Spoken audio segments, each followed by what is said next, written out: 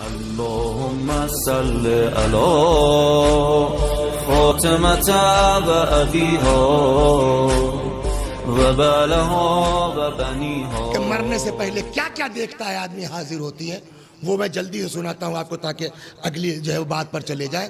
Number 1 اس کا مال، number 2 اس کی اولاد، نمبر 3 اس کے اعمال. یہ ہر آدمی کے قبض روح سے پہلے اس کے سامنے آتے ہیں. مال سامنے آتا ہے، مرنے والا دیکھتا ہے بھیا میں نے تمہارے لیے سب کچھ کیا، حلال حرام جائز ناجائز، میں مر رہا ہوں میرا کتنا ساتھ دو گے؟ مال کہتا ہے کفن دے دیں گے، دیٹس آل، آپ جانیے آپ کا کام. اولاد سامنے آتی ہے اور میں کوئی لے کے تھوڑی جاؤں گا، سب تو تمہارے ہی لیے کیا ہے نا، اب میں جا رہا ہوں بیٹا تم میرا ساتھ کتنا دو گے؟ اولاد کہتی ہے قبر تک پہنچا دیں گے اور بس. تیسرے مرحلے میں روایت کہتی ہے اس کے اعمال سامنے آتے ہیں اور مرنے والا بڑی بے چارگی سے کہتا ہے کہ ہم نے تم کو ہلکا سمجھا، ہم نے تم کو معمولی سمجھا، میں مر رہا ہوں میرا کتنا ساتھ دو گے؟ مال کہتا ہے we are with you all the way, یہاں سے لے کر کے برزخ، قبر، صراط، بہشت کے در ہم مستقل تمہارے ساتھ ہیں. کہ اتنے میں ملک الموت ظاہر ہو جاتا ہے. اب جب ملک الموت ظاہر ہوتا ہے تو پہلے وہ آتے ہی روح قبض نہیں کرے گا، وہ پہلے ہماری فائل پڑھے گا. یہ ہیں کون صاحب؟ اس لیے کہ 2 طرح کے لوگ ہیں نا، ایک جانور سے بدتر، ایک فرشتوں سے افضل. تو پہلے پتا تو چلے یہ ہیں کون، ان سے ہم کو کیسا بیہیویئر کرنا ہے. صلوات ابھی آ رہی روایت اس سلسلے میں. وہ پہلے ہمارے پوری فائل پڑھے گا.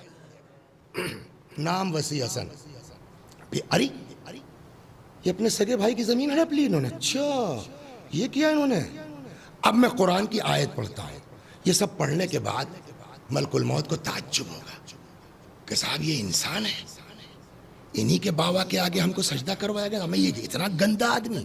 قرآن کی آیت ہے. ملک الموت پوچھتا ہے فیما کنتم، کہاں تھے؟ اتنی گندے اعمال، اتنی خراب فائل، فیما کنتم کہاں تھے؟ تو جو ہم لوگوں کا مزاج ہے نا، ہر چیز کا جواب ہمارے پاس ہے.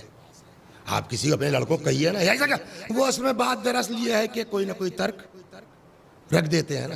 تو چونکہ ہم لوگ اس کے عادی ہیں تو ملک الموت سے بھی یہی کہیں گے. قرآن کی آیت ہے.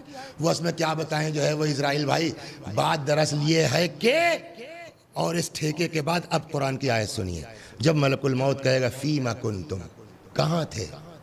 تو مرنے والے کا جواب ہوگا کننا مستضعفین فی الارض، ہم کمزور تھے صاحب، ہم دبے کچلے تھے صاحب، دنیا میں ہماری کوئی اوقات نہیں تھی صاحب. مسجد کا راستہ جو ہے وہ ان کے جو ہے وہ وسیم صاحب کے دروازے سے ہو کے جاتا تھا صاحب. انہوں نے کہا کہ ہمارے دروازے سے گزرو گے ہم ٹانگ توڑ دیں گے تمہاری. ہم کمزور تھے صاحب، اس لیے مسجد میں نہیں گئے صاحب، اس لیے نماز نہیں پڑھ پائے صاحب. یہ جو بھی اپنا ترک دے گا آدمی، کیا ملک الموت مان لے گا ہماری اس جواب کو؟ آیت سنیے. ملک الموت کا جواب ہوگا الم تکن ارض اللہ واسعہ فتہاجروا فیہا، کیا زمین خدا وسیع نہیں تھی کہ تم ہجرت کر جاتے، تم چھوڑ کے چلے جاتے؟ اور میں ایک جملہ کہتا ہوں، رسول اللہ کا گھر کہاں تھا وسیم بھائی؟ مدینہ تو نہیں تھا. رسول اللہ گھر کہاں تھا؟ مکہ تھا. تبلیغ دین کے لیے وطن چھوڑ کر کے نیا گاؤں بسا لیا، نہیں بسا لیا مدینہ. امام حسین کا گھر کہاں تھا؟ مدینے میں ہے نا. حفاظت دین کے لیے جنگل بسا لیا، نہیں بسا لیا امام نے. تو رسول اللہ سے بڑے ہو تم، امام حسین سے بڑے ہو تم. الم تکن ارض اللہ واسعہ فتہاجروا فیہا، کیا زمین خدا وسیع نہیں تھی کہ تم ہجرت کر جاتے؟ اب ہمارے پاس کوئی جواب نہیں ہوگا. تو کیا ملک الموت روح قبض کر لے گا؟ جواب نہیں. ابھی جو قرآن سے سمجھ میں آتا اور روایتوں سے، قبض روح سے پہلے اب ملک الموت پٹائی کرے گا. مارے جائیں گے مولانا وسیع حسن صاحب، قبض روح سے ان کی پٹائی ہوگی.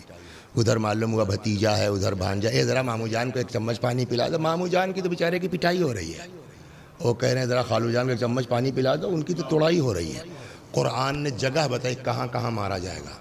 یضربون وجوہہم، یہ آیت ہے قرآن کی وسیم بھائی، یضربون وجوہہم وادبارہم، فرشتے پھر اس مرنے والے کو پیٹیں گے، ماریں گے۔